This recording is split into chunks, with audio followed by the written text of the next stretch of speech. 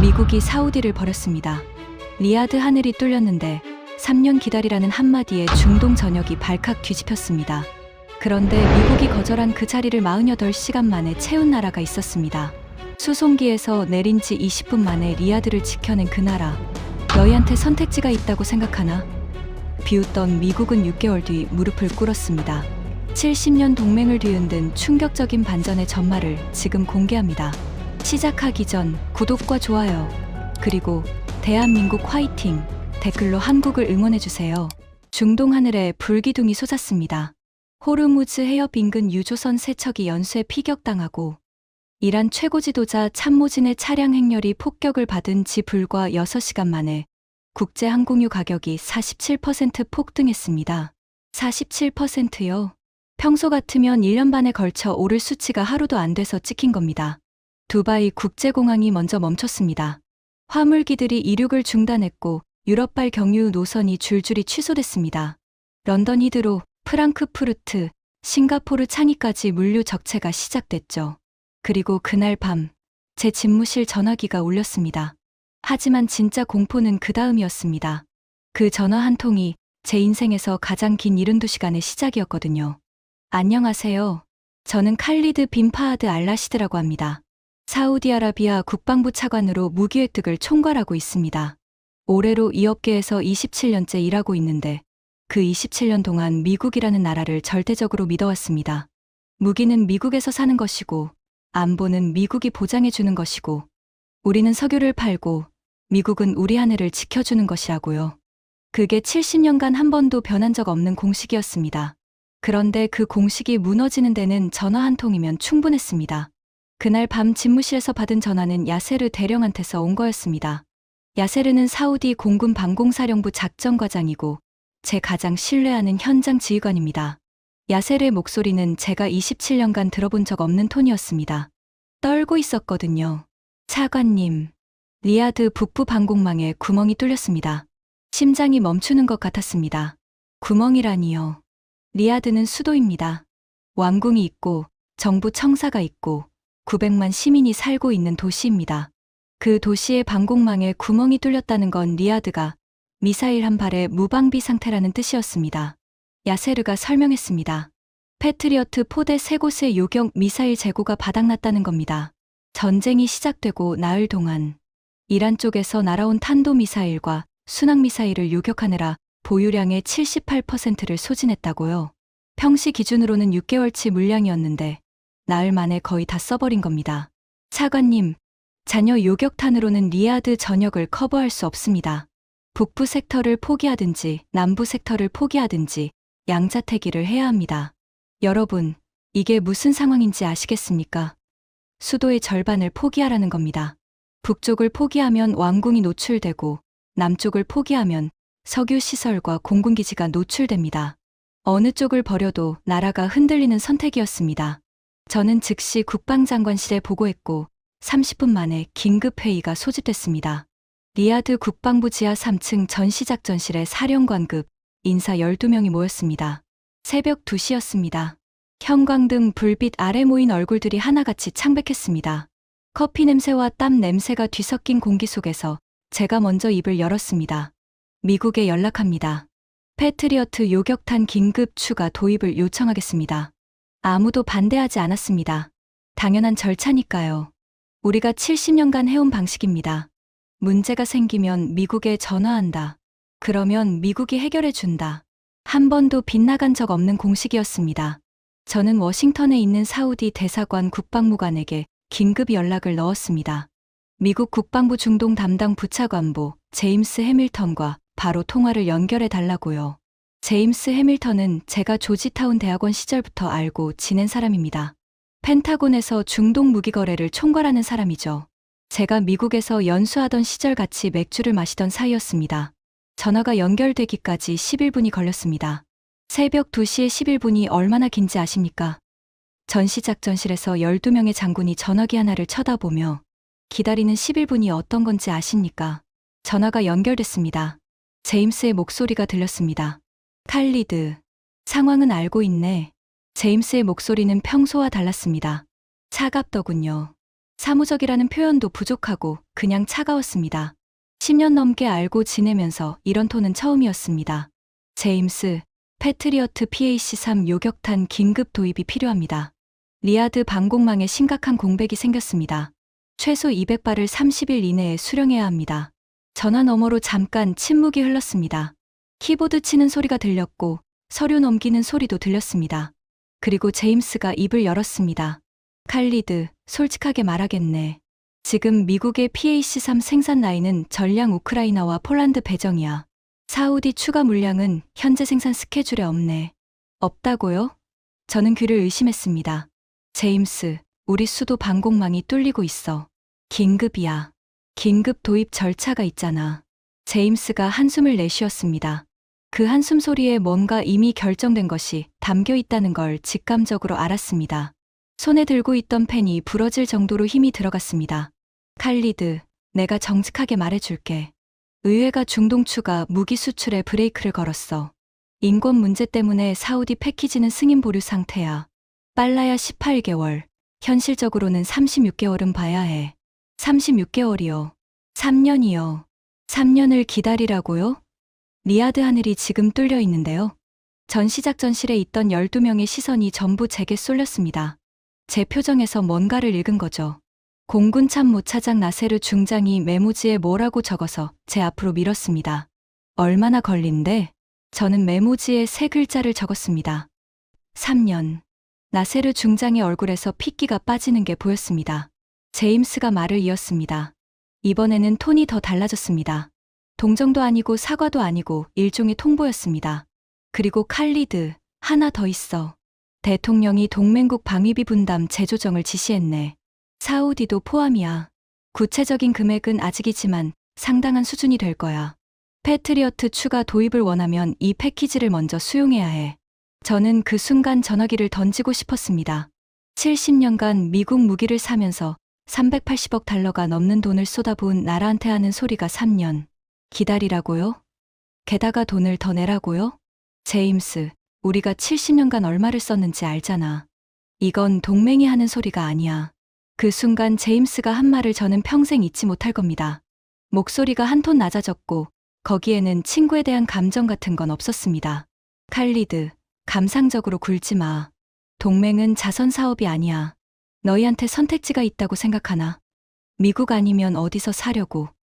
중국산, 러시아산, 웃기지 마. 너희한테 선택지가 있다고 생각하나? 저는 전화를 끊고 의자에 등을 기댔습니다. 천장의 형광등이 눈에 아렸습니다. 27년간 믿어온 공식이 30분 만에 무너졌습니다. 미국은 동맹이 아니었습니다. 거래처였습니다. 그것도 독점 거래처요. 그래서 우리를 이렇게 대하는 거였습니다. 다른 데서 살 수 없으니까요.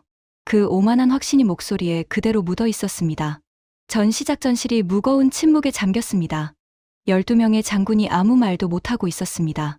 이 나라의 안보를 책임지는 사람들이 새벽 3시에 지하 벙커에 모여서 속수무책으로 앉아 있는 겁니다. 야세르 대령이 조심스럽게 물었습니다.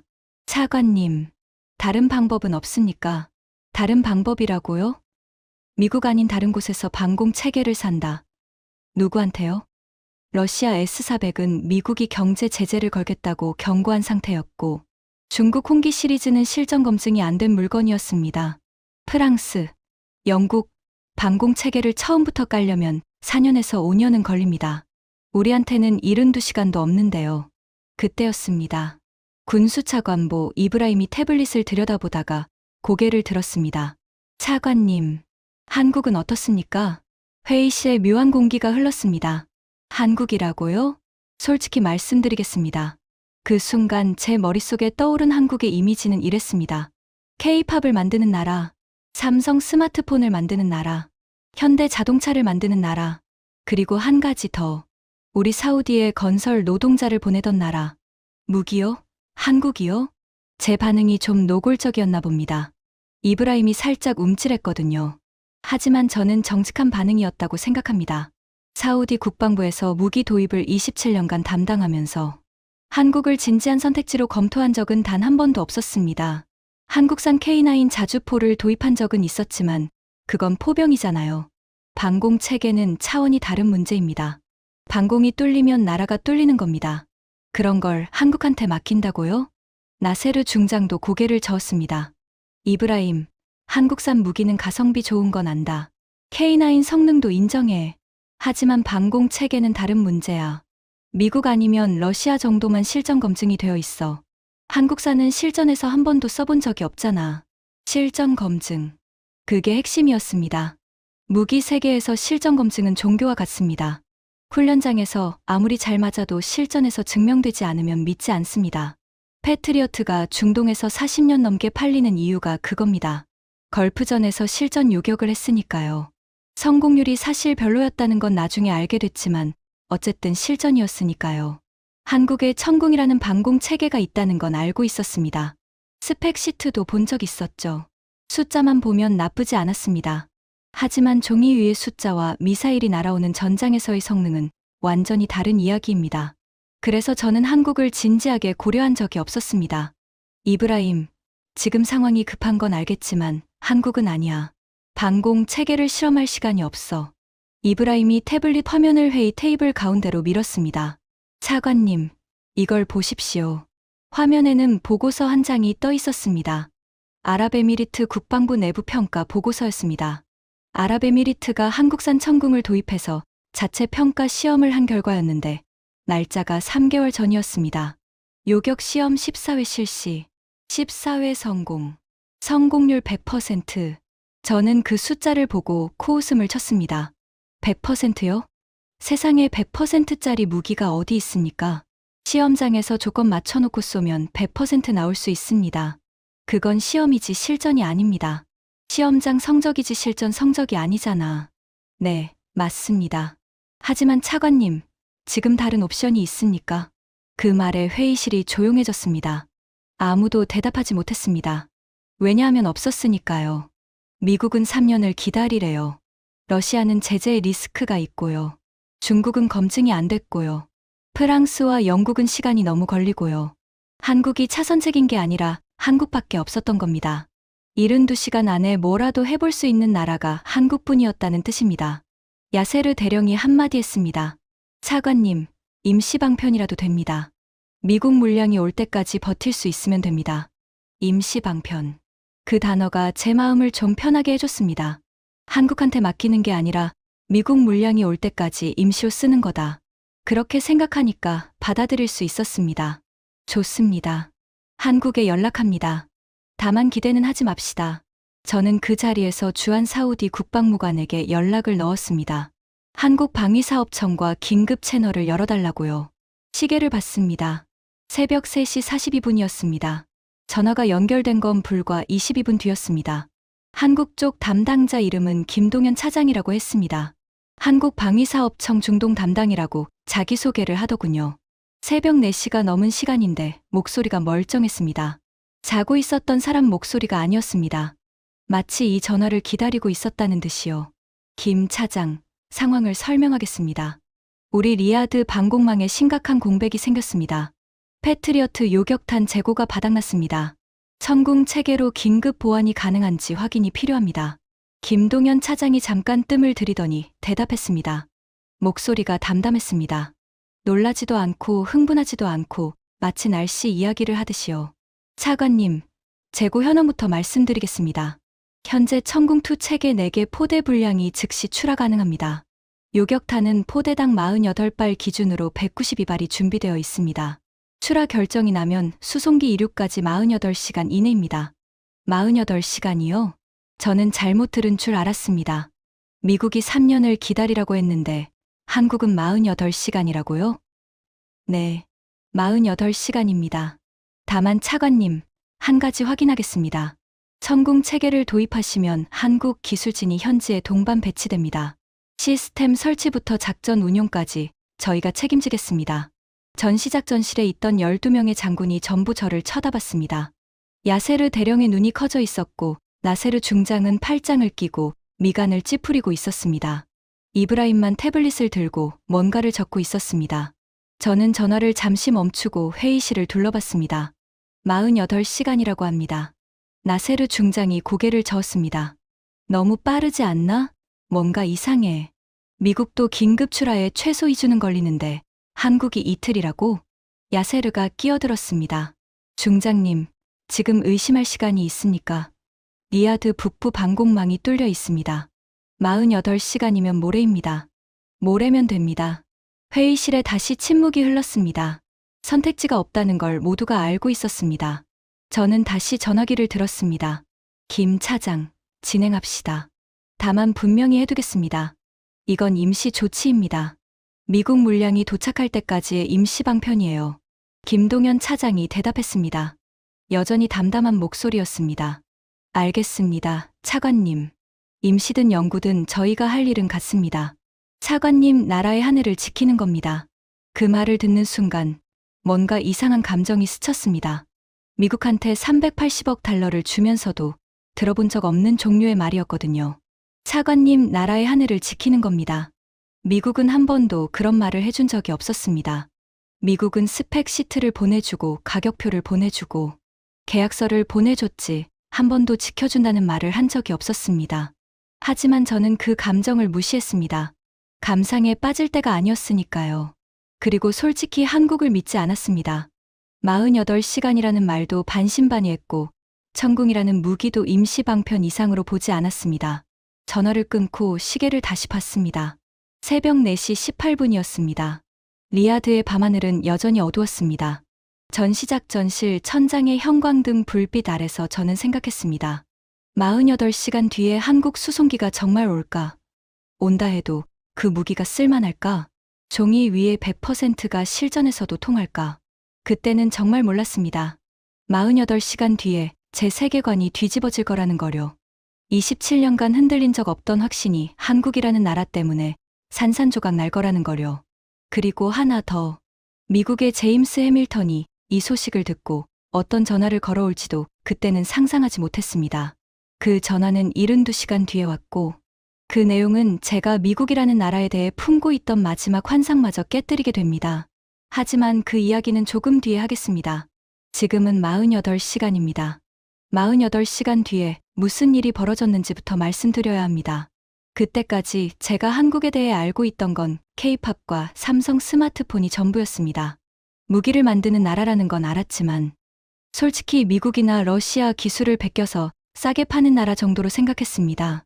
제임스가 전화해서 비웃은 것처럼요. 한국이 뭘 할 수 있겠냐고요. 그런데요. 48시간 뒤에 리야드 군사공항 활주로에 한국 공군 수송기가 내렸을 때 저는 처음으로 제가 틀렸을 수도 있다는 생각을 했습니다.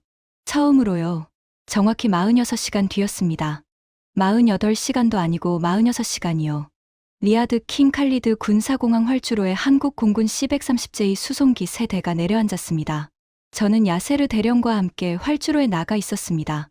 새벽 5시였고 사막의 건조한 공기가 얼굴을 스쳤습니다. 수송기 후미 램프가 열리자마자 나온 건 미사일 컨테이너가 아니었습니다. 사람이었습니다. 한국군 기술진 38명이 일사불란하게 뛰어내렸습니다. 전원 방탄조끼에 헬멧을 쓰고 있었고 각자 담당 장비가 적힌 완장을 차고 있었습니다. 레이더반, 발사대반, 지휘통제반, 통신반, 정비반. 수송기에서 내리자마자 뛰기 시작하더군요. 아무도 주위를 구경하지 않았습니다. 사우디 사막의 일출도 활주로 옆에 서 있는 사우디 장군들도 쳐다보지 않았습니다. 각자 맡은 위치로 달려가서 컨테이너를 열고 장비를 꺼내기 시작했습니다. 야세르가 제 옆에서 중얼거렸습니다. 저 사람들 비행기에서 잤습니까? 내리자마자 저렇게 움직이는 건 처음 봅니다. 저도 같은 생각이었습니다. 미국 기술진이 오면 보통 어떻게 하느냐면요. 일단 숙소부터 정합니다. 그 다음에 보안 브리핑을 받고 현지 적응 기간을 가지고 그러고 나서야 장비 설치를 시작하죠.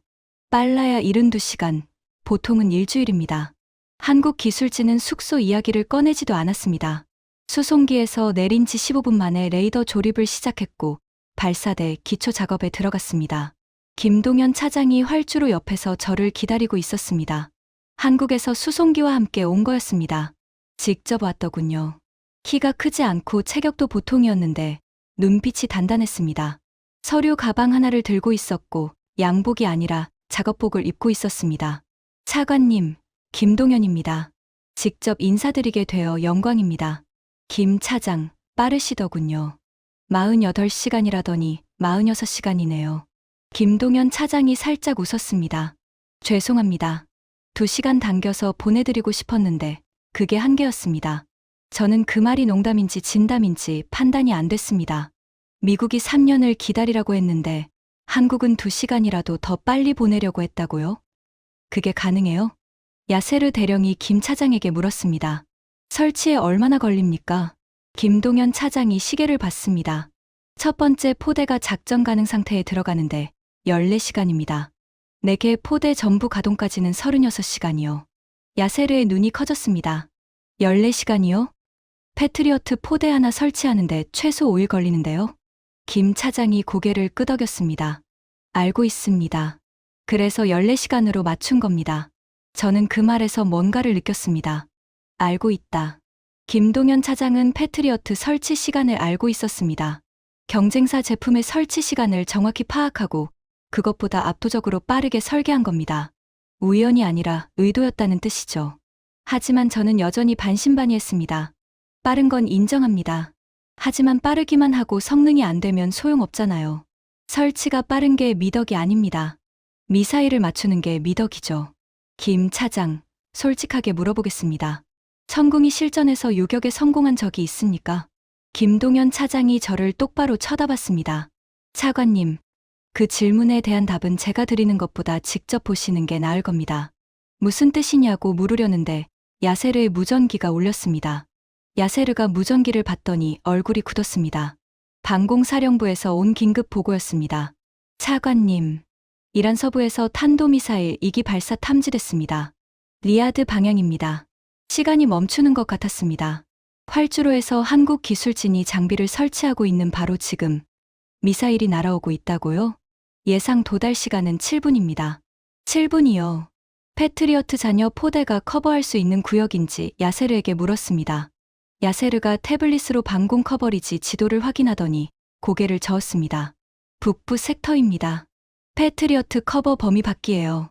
그러니까 방금 뚫렸다고 보고한 바로 그 구멍으로 미사일이 날아오고 있다는 겁니다. 저는 김동현 차장을 봤습니다. 김 차장의 표정이 달라져 있었습니다. 웃음기가 사라지고 전투 모드로 바뀐 게 눈에 보였습니다. 김 차장이 한국어로 무전기에 뭔가를 빠르게 말했습니다. 저는 한국어를 못하지만 목소리 톤은 알아들을 수 있었습니다. 긴급 명령이었습니다. 그리고 믿기 어려운 일이 벌어졌습니다. 수송기에서 내린 지 20분밖에 안 된 한국 기술진이 첫 번째 발사대를 임시 전투 배치로 전환하기 시작한 겁니다. 정식 설치가 아니라 긴급 사격 자세라고 김 차장이 설명했습니다. 레이더 하나와 발사대 하나를 최소 구성으로 가동하는 방식이었습니다. 야세르가 소리쳤습니다. 미쳤습니까? 20분 전에 내린 장비로 실탄을 쏜다고요? 보정도 안 됐잖아요. 레이더 캘리브레이션은요? 김동현 차장이 대답했습니다. 목소리는 여전히 차분했지만 눈빛은 불타고 있었습니다. 수송기 안에서 다 했습니다. 비행 중에 관성 항법 시스템과 GPS를 동기화시켰고 리야드 좌표 기반 사전 캘리브레이션도 완료했습니다. 내리자마자 쏠 수 있도록 준비하고 온 겁니다. 비행기 안에서요? 비행 중에 캘리브레이션을 했다고요? 야세르가 저를 쳐다봤습니다. 저도 야세르를 쳐다봤습니다. 27년간 이 업계에 있었지만 수송기 안에서 사전 보정을 완료하고 착륙하자마자 사격 가능 상태를 만든다는 개념은 들어본 적이 없었습니다. 미사일 도달까지 4분 남았습니다. 한국 기술진이 발사대 주변에서 미친 듯이 움직이고 있었습니다. 케이블을 연결하고 콘솔을 켜고 레이더를 회전시키고 있었습니다. 한국어로 고함치는 소리가 사막 공기를 갈랐습니다. 38명이 마치 하나의 기계처럼 맞물려 돌아가고 있었습니다. 김동현 차장이 콘솔 화면을 보며 무전기에 대고 말했습니다. 추적 시작. 표적 2 확인. 위협 등급 알파. 화면에 붉은 점 2개가 리야드를 향해 움직이고 있었습니다. 미사일이 이미 사우디 영공에 진입한 상태였습니다. 저는 그 자리에 서서 기도하고 있었습니다. 20분 전에 수송기에서 내린 장비가 실제 탄도미사일을 요격할 수 있을 리가 없다고 머리로는 생각하면서도 심장은 기도하고 있었습니다. 도달까지 90초. 김 차장이 발사 승인을 요청했습니다. 저는 야세르를 받고 야세르는 고개를 끄덕였습니다. 선택의 여지가 없었습니다. 발사 승인합니다. 그 순간 발사대에서 불꽃이 터졌습니다. 굉음과 함께 요격 미사일 2발이 하늘로 치솟았습니다. 새벽 하늘을 가르는 화염이 눈을 멀게 했습니다. 사막의 모래가 뒤로 밀려나면서 열풍이 얼굴을 때렸습니다. 그리고 화면을 봤습니다. 레이더 추적이 활성화된 상태. 탐지. 표적 1 교전. 표적 2 교전. 콘솔에서 한국 병사가 숫자를 읽었습니다. 요격까지 3초. 3초요. 야세르가 나중에 제게 말해줬습니다. 패트리어트 PAC-3의 경우 탐지에서 교전까지 평균 8초에서 12초가 걸린다고요. 표적을 레이더로 잡고 위협을 판단하고 발사 명령을 내리는 과정이 단계적이기 때문입니다. 천궁은 3초였습니다. 인공지능이 레이더 데이터와 적외선 데이터를 동시에 처리하면서 위협 판단과 교전 명령을 거의 동시에 내린 겁니다. 화면에서 붉은 점 2개가 사라졌습니다. 요격 성공. 표적 1 파괴 확인. 표적 2 파괴 확인. 저는 무릎에 힘이 풀리는 걸 느꼈습니다. 야세르가 제 팔을 잡았습니다. 활주로에 있던 사우디 군인들이 일제히 환성을 질렀습니다. 한국 기술진은 환성을 지르지 않았습니다. 그냥 계속 콘솔을 보고 있었습니다. 추가 위협이 있는지 확인하고 있었던 겁니다. 김동현 차장이 무전기를 내려놓고 저에게 돌아섰습니다. 차관님, 천궁의 실전 요격 기록이 생겼습니다. 저는 한참 동안 말을 잇지 못했습니다.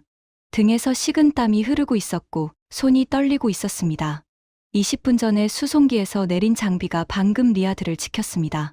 패트리어트가 못한 일을, 패트리어트가 커버하지 못한 구멍을 수송기에서 내린 지 20분 된 한국산 장비가 막아낸 겁니다. 야세르가 제 옆에서 숨을 내쉬며 말했습니다. 차관님, 이건 임시방편이 아닙니다. 저도 알고 있었습니다. 하지만 인정하기가 쉽지 않았습니다. 27년간 미국만 바라보며 살아온 사람이 하루아침에 세계관을 바꿀 수는 없잖아요. 그런데 그날 오후에 벌어진 일이 저를 한 번 더 뒤흔들었습니다. 천궁의 실전 요격 성공 소식은 사우디 국방부 내에서 삽시간에 퍼졌습니다. 아침 9시에 국방장관이 직접 전화를 걸어왔습니다. 칼리드, 한국산 방공 체계가 리아드를 지켰다는 보고를 받았다. 사실인가? 네, 장관님. 사실입니다. 수송기에서 내린 지 20분 만에 실전 요격에 성공했습니다. 전화 너머로 국방장관이 잠시 침묵했습니다. 나한테 상세 보고서를 올려라. 그리고 한국 측 담당자와 면담을 잡아라. 보고서를 준비하려고 집무실로 돌아오는 길에 김동현 차장이 제 차에 동승했습니다. 리아드 시내를 달리는 차 안에서 김 차장이 태블릿 하나를 보여줬습니다. 차관님, 한 가지 보여드릴 게 있습니다. 화면에는 실시간 글로벌 항공 물류 데이터가 떠 있었습니다. 전 세계 주요 공항의 화물 처리량 추이였습니다. 전쟁이 시작된 이후 거의 모든 공항의 그래프가 아래로 꺾여 있었습니다. 두바이가 65% 급감했고 싱가포르가 38% 줄었습니다. 프랑크푸르트도 25% 하락했고 로스앤젤레스도 18% 내려갔습니다. 그런데 딱 하나만 위로 올라가고 있었습니다. 인천이었습니다. 인천공항 화물 처리량이 전쟁 발발 후 오히려 15% 증가해 있었습니다. 이게 어떻게 가능합니까? 김 차장이 설명했습니다. 한국 정부가 전쟁 발발 이틀 만에 국무회의를 열어서 항공유 긴급 가격 상한제를 시행했습니다. 동시에 전략 비축유를 방출했고요. 인천공항 화물터미널을 24시간 풀가동으로 전환하고 항공사들한테 연료비 긴급 보조금을 지급했습니다. 이틀 만에요? 네, 이틀입니다. 저는 차창 밖을 봤습니다. 리아드 도심의 유리 빌딩들이 아침 햇살에 반짝이고 있었습니다. 우리 사우디는 전쟁 당사자인데 아직 경제 대응 패키지를 발표하지도 못한 상태였습니다. 국무회의는 잡혔지만 의제 조율 중이었고 구체적인 정책은 나올 기미가 없었습니다. 미국도 마찬가지였습니다. 미국 의회는 아직 긴급 예산안 논의에도 들어가지 못한 상태였죠. 그런데 한국은 이틀 만에 다 해버린 겁니다. 김 차장, 한국 정부는 왜 이렇게 빠릅니까? 김동현 차장이 잠깐 생각하더니 대답했습니다. 차관님, 한국은 전쟁을 겪은 나라입니다. 아직 끝나지 않은 전쟁을 70년 넘게 안고 사는 나라예요. 위기가 오면 토론부터 하는 게 아니라 먼저 움직이고 나중에 토론합니다. 그게 몸에 배어 있는 거죠. 그 말을 듣는 순간 제 머릿속에서 무언가가 연결됐습니다. 48시간 만에 수송기를 보낸 것도, 비행 중에 캘리브레이션을 한 것도, 내리자마자 20분 만에 실전 사격을 한 것도 전부 같은 맥락이었습니다. 위기에서 먼저 움직이는 나라. 그게 한국이라는 거였습니다. 하지만 그때까지도 저는 완전히 돌아서지 않았습니다. 빠른 건 인정합니다. 요격도 성공했습니다. 하지만 이건 운이 좋았을 수도 있잖아요. 한두 번의 성공으로 27년간의 확신을 바꿀 수는 없었습니다. 그런데 그 오후에 벌어진 일은 운으로 설명할 수 없는 것이었습니다. 국방장관과의 면담은 오후 3시에 잡혔습니다. 장소는 리야드 국방부 본관 4층 장관 집무실이었습니다. 김동연 차장이 동석했고 야세르 대령, 이브라임 군수차관보, 그리고 국방장관의 수석보좌관까지 참석한 확대 회의였습니다.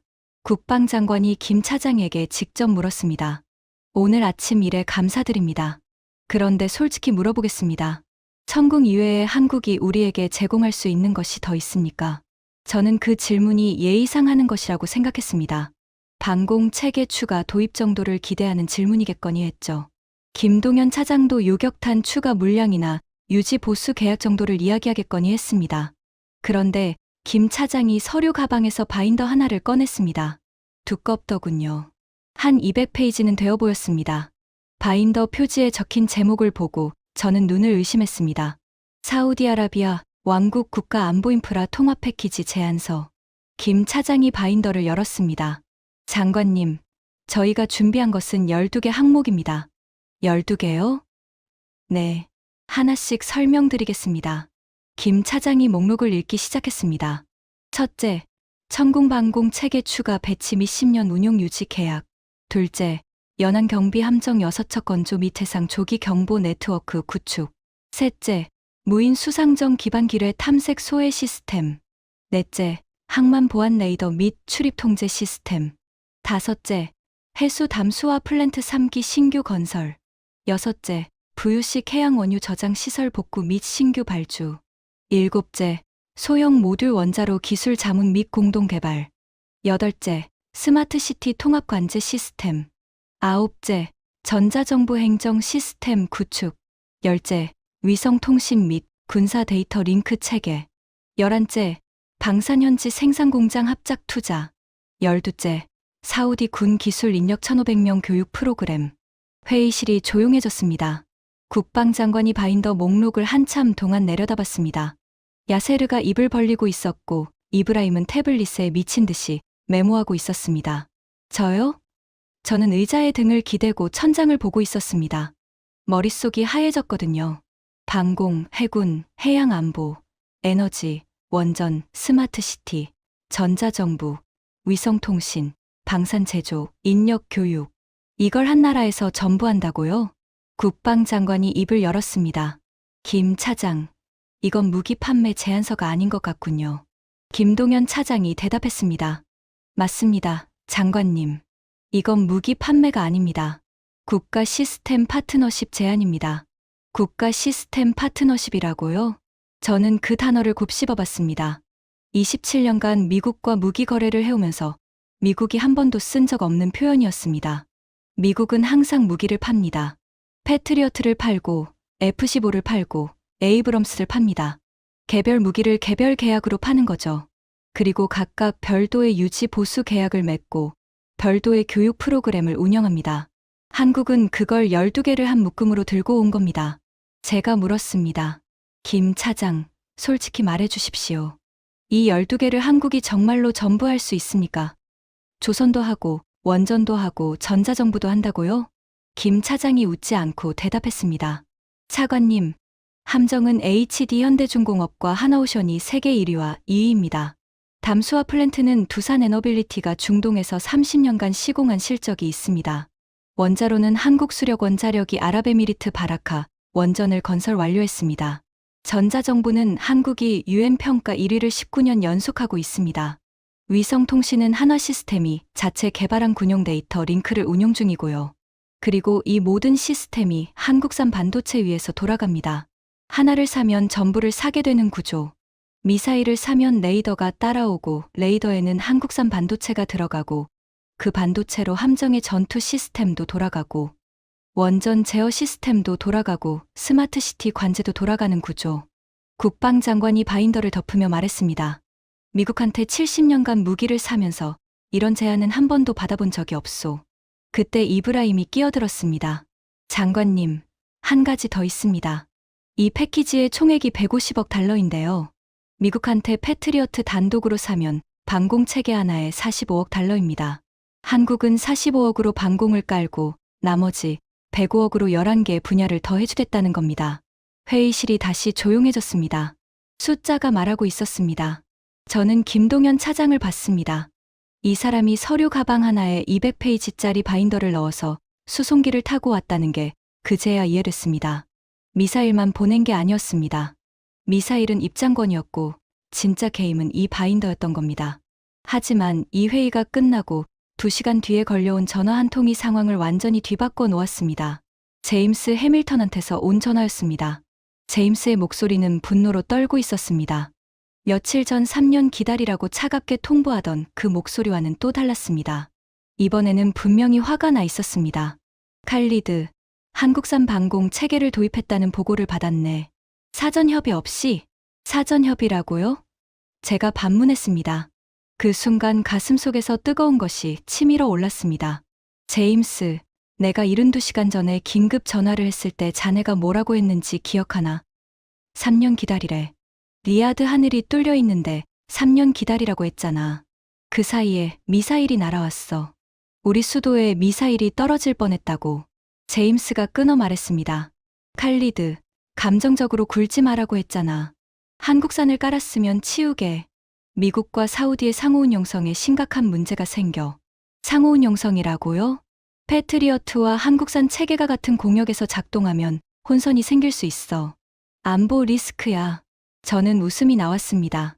비웃음이 아니라 허탈한 웃음이었습니다. 미국이 3년을 기다리라고 해서 다른 데서 사왔더니 이번에는 치우라고요? 그리고 제임스가 말을 이었습니다. 이번에는 톤이 완전히 달라졌습니다. 협박이었습니다. 칼리드, 공식적으로 전달하겠네. 사우디가 한국산 방공 체계를 유지할 경우 차기 F-35 도입 논의에 영향이 있을 수 있어. 그리고 방위비 분담 협상에서도 우호적인 환경을 기대하기 어려워질 거야. F-35를 인질로 잡겠다는 뜻이었습니다.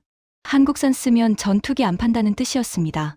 저는 전화기를 쥔 손에 힘이 들어가는 걸 느꼈습니다. 제임스, 자네 방금 동맹국 국방부 차관을 협박하고 있는 건가? 협박이 아니야. 현실을 말하는 거지. 현실이라고? 현실을 말해줄까? 72시간 전에 자네 나라가 거절한 그 자리를 한국이 채웠어. 한국이 수송기에서 내린 지 20분 만에 리야드를 지켰어. 자네 나라의 패트리어트가 못한 일을 한국의 천궁이 해냈다고. 전화 너머로 침묵이 흘렀습니다. 그리고 제임스가 마지막으로 한마디를 했습니다.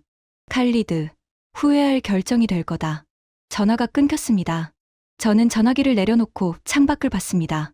리야드의 석양이 사막 위에 붉게 번지고 있었습니다. 손이 떨리고 있었습니다. 분노 때문인지 두려움 때문인지 알 수 없었습니다. 후회할 결정이라고요? 제임스, 내가 후회할 건 당신 나라만 70년간 믿었던 그 결정이야. 야세르가 집무실 문을 두드렸습니다.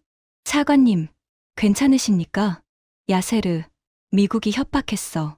한국산 치우지 않으면 F-35 안 준다고. 야세르의 얼굴이 굳었습니다. 그러면 어떻게 하시겠습니까? 저는 1초도 고민하지 않았습니다. 김동연 차장한테 연락해. 내일 아침에 그 바인더 다시 들고 오라고. 12개 항목 하나하나 구체적으로 듣겠다고. 야세르가 고개를 끄덕이며 나갔습니다. 저는 의자에 기대앉아서 천장을 봤습니다. 후회할 결정이라고요? 아닙니다, 제임스. 이건 27년 만에 처음으로 제대로 된 결정입니다. 그런데 그때는 몰랐습니다. 그 다음 날 김동연 차장이 들고 온 이야기가 12개 항목이 아니라 50년짜리 이야기라는 걸요. 그리고 그 이야기 속에 제 아버지가 계실 거라는 것도요. 다음 날 아침, 김동연 차장이 다시 왔습니다. 이번에는 바인더 대신 태블릿 하나를 들고 있었습니다. 차관님, 어제 12개 항목에 대해 질문이 많으실 거라고 생각했습니다. 그래서 숫자 말고 다른 걸 먼저 보여드리려 합니다. 태블릿 화면에 흑백 사진 한 장이 떴습니다. 사막 한가운데 거대한 항만 건설 현장이 찍혀 있었습니다. 크레인과 콘크리트 더미 사이로 노동자들이 개미처럼 움직이고 있었습니다. 사진 하단에 날짜가 적혀 있었습니다. 거의 50년 전 사진이었습니다. 이게 어딘지 아십니까? 저는 사진을 자세히 봤습니다. 뒤쪽에 보이는 해안선 형태가 익숙했습니다. 설마 주베일 항만입니까? 네. 한국 현대건설이 시공한 주베일 산업항입니다. 사우디 동부 해안의 물류 거점이죠. 주베일 항만이라고요? 저는 그 이름을 듣는 순간 심장이 뛰었습니다. 왜냐하면 제 아버지가 바로 그 항만과 관련이 있는 분이었거든요. 제 아버지는 파하드 알라시드입니다. 사우디 국영항만공사에서 35년간 근무하셨고 은퇴 전 마지막 직책이 주베일 항만 운영국장이었습니다. 제가 어렸을 때 아버지는 항상 주베일 이야기를 하셨습니다. 김 차장, 잠깐만요. 제 아버지가 주베일 항만 운영국장이었습니다. 김동현 차장이 놀란 표정을 지었습니다. 진짜 몰랐던 것 같았습니다. 차관님 아버지께서요? 네. 아버지가 돌아가시기 전에 항상 하시던 말씀이 있었습니다. 저는 갑자기 눈시울이 뜨거워졌습니다.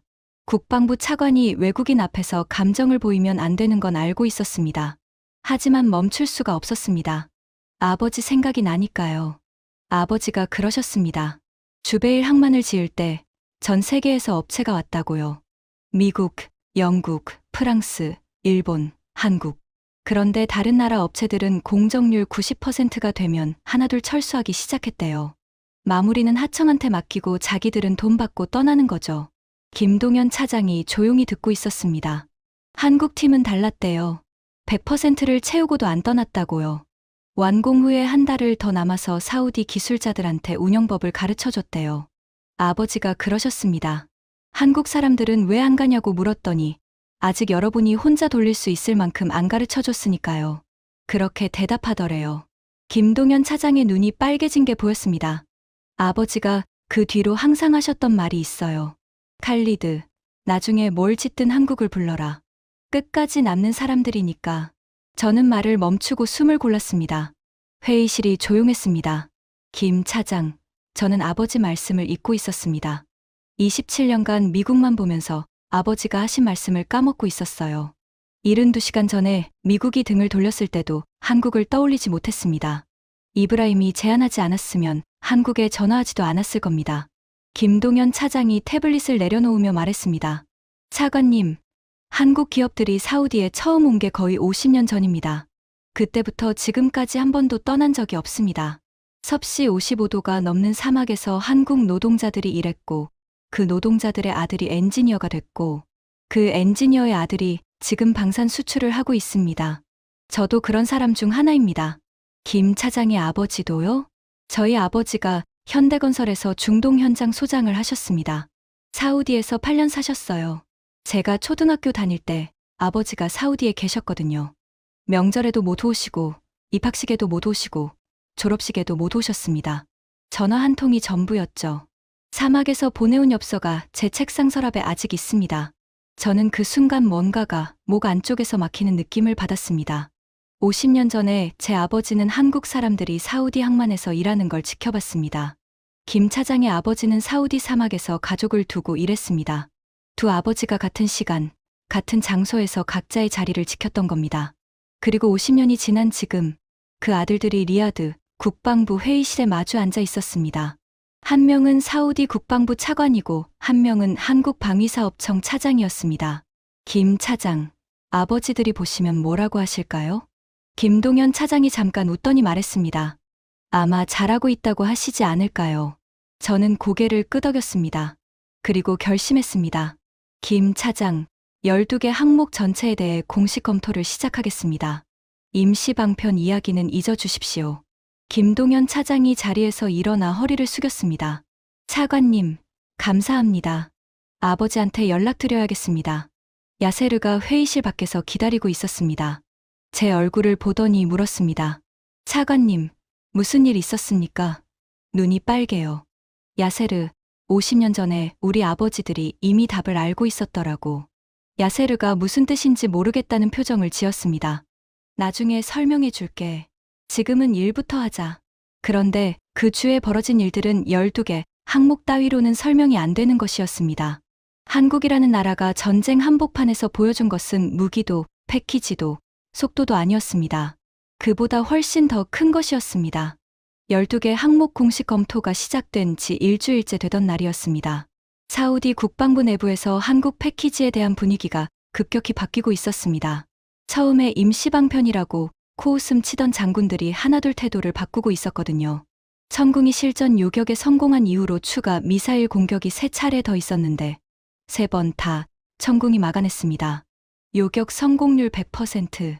5번 쏘고 5번 맞춘 겁니다. 나세르 중장이 복도에서 저를 붙잡고 말했습니다. 칼리드, 내가 틀렸어. 한국산이 이 정도인 줄 몰랐다. 나세르 중장은 처음에 한국을 가장 강하게 반대했던 사람입니다. 실전 검증이 안 됐다고, 미국 아니면 안 된다고 했던 사람이요. 그 사람이 일주일 만에 돌아선 겁니다. 하지만 진짜 반전은 그 주 목요일에 왔습니다. 호르무즈 해협에서 사우디 유조선 한 척이 기뢰에 접촉했다는 긴급 보고가 올라왔습니다. 선체에 구멍이 뚫렸고 원유가 유출되기 시작했습니다.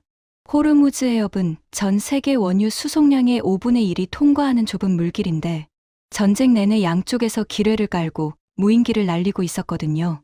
보험사들이 통과 선박 보험료를 8배 가까이 올린 상태였습니다.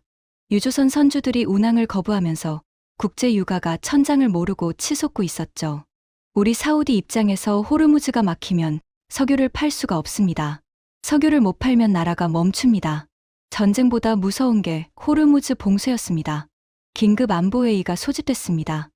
국방장관이 직접 주재했고 해군참모 총장, 국가안보보좌관, 에너지부 차관까지 전부 모였습니다. 회의실 분위기가 살벌했습니다. 해군참모 총장이 보고했습니다. 해협 내 기뢰 추정 매설 수량은 200기 이상입니다. 우리 해군 소해 능력으로는 전부 제거하는데 4개월 이상 소요됩니다. 4개월이요. 4개월 동안 호르무즈가 막혀 있으면 사우디 경제가 무너집니다. 미국 제호함대에 지원을 요청했습니까? 해군 참모 총장이 고개를 저었습니다. 미국 제호함대가 바레인에 주둔 중이지만 현재 이란 해군과의 교전에 병력이 묶여 있습니다. 소해 작전 지원은 어렵다는 회신을 받았습니다. 또 미국이었습니다. 또 안 된다는 겁니다. 70년간 석유를 팔아서 미국 무기를 사줬더니 정작 석유길이 막혔을 때는 도와줄 수 없다는 겁니다. 저는 국방장관을 봤습니다. 국방장관도 저를 봤습니다. 같은 생각을 하고 있었습니다. 칼리드, 한국에 물어봐. 제가 김동연 차장에게 전화한 건 회의가 끝나고 5분 뒤였습니다. 김 차장, 호르무즈 해협 기뢰소에 작전이 가능합니까? 김 차장이 3초간 침묵했습니다. 그리고 대답했습니다. 차관님, 한국 해군 청해부대가 현재 아덴만에서 작전 중입니다.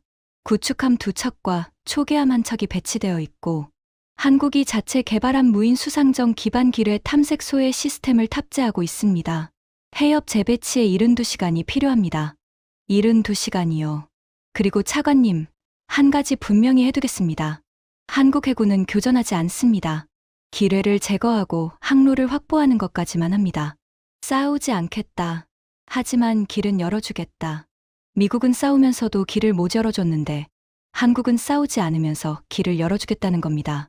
한국 해군이 호르무즈에 도착한 건 정확히 68시간 뒤였습니다. 또 예정보다 빨랐습니다. 무인 수상정이 해협 전역을 스캔하기 시작했고 열흘 만에 기뢰 87기를 제거했습니다. 그리고 로이드 런던 보험시장이 호르무즈 통과 선박 보험료를 35% 인하했습니다. 유조선들이 다시 움직이기 시작했고 국제 유가가 사흘 연속 하락했습니다. 독일 경제부 장관이 공식 성명을 냈습니다. 한국 해군의 호르무즈 안정작전에 감사를 표한다는 내용이었습니다. 독일이 한국 해군한테 고맙다고 한 겁니다. 러시아 외무부 대변인도 한국의 작전이 특정 진영에 편향되지 않은 균형 잡힌 접근이라고 평가했습니다. 야세르가 그 뉴스를 보고 제게 말했습니다. 차관님, 총 한 발 안 쏘고 전쟁의 흐름을 바꾸는 나라가 있습니까? 저는 대답하지 않았습니다. 대답이 필요 없었으니까요. 그리고 그 주 금요일 저녁, 집에서 가족과 저녁을 먹고 있는데 딸 파티마가 거실로 뛰어들어왔습니다. 아빠, 한국 가수 그룹이 경복궁에서 공연했는데 유튜브 실시간 조회수 봐요. 파티마는 22살입니다. 서울 연세대 의대에서 교환학생 프로그램을 한 적이 있는 아이예요. 그때부터 한국에 빠져서 한국어도 배우고 한국 드라마도 보고 한국 음악도 듣습니다. 솔직히 저는 별로 이해를 못했습니다. K-팝이 뭐가 그리 좋은지. 그런데 파티마가 보여준 화면을 보고 저는 잠깐 멈췄습니다. 광화문 광장에 수만 명의 관객이 모여 있었고 조선시대 궁궐을 배경으로 화려한 무대가 펼쳐지고 있었습니다. 관객 중에 아랍계로 보이는 사람들도 있었고 유럽에서 날아온 팬들도 보였습니다. 아빠, 서울이 지금 전 세계 트렌드 1위야. 같은 주에 한국 해군이 호르무즈를 안정시킨 뉴스랑 이 공연 뉴스가 동시에 퍼지고 있어. 저는 그 순간 뭔가가 연결되는 걸 느꼈습니다. 군사력으로 해협을 안정시키고 문화로 전 세계 젊은이들의 마음을 사로잡는 나라. 이 두 가지가 같은 주에 같은 나라에서 동시에 벌어지고 있었습니다.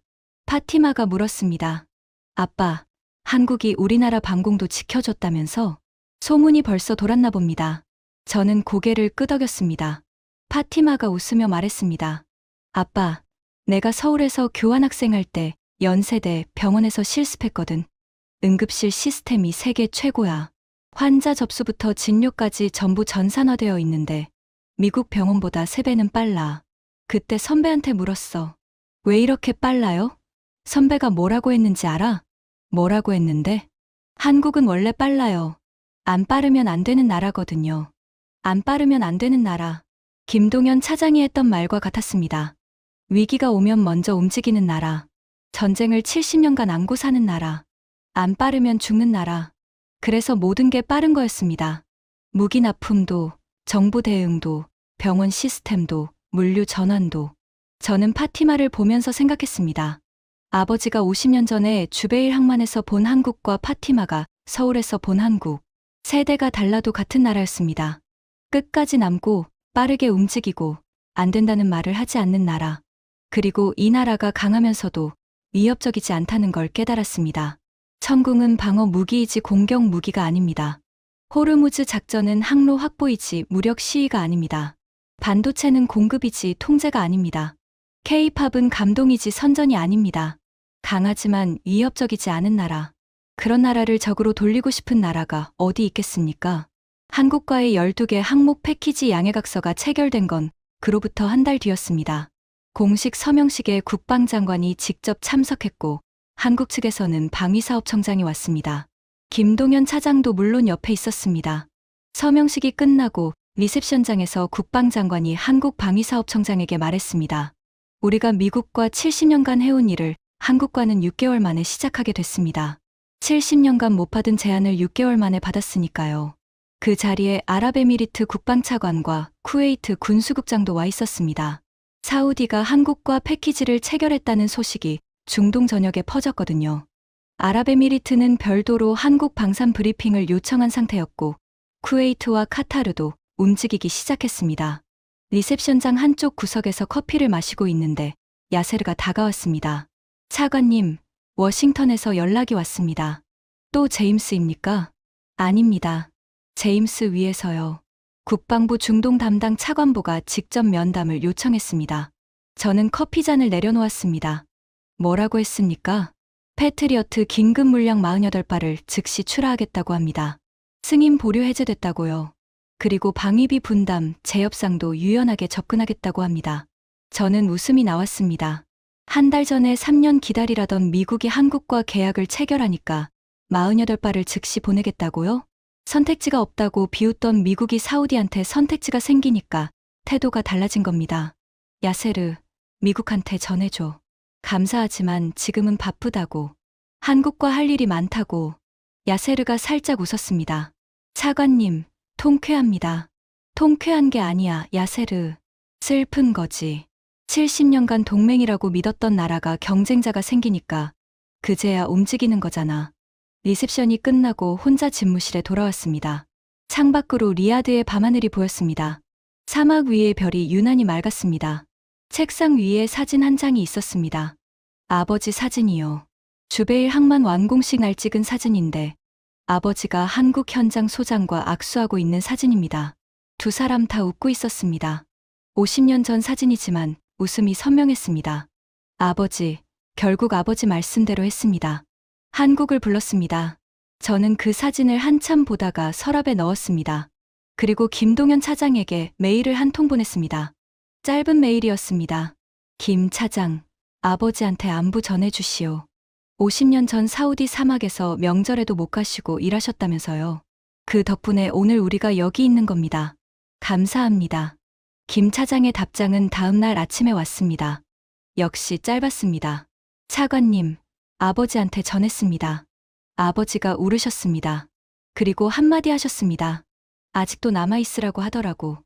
아직도 남아있으라고. 끝까지 남는 사람들.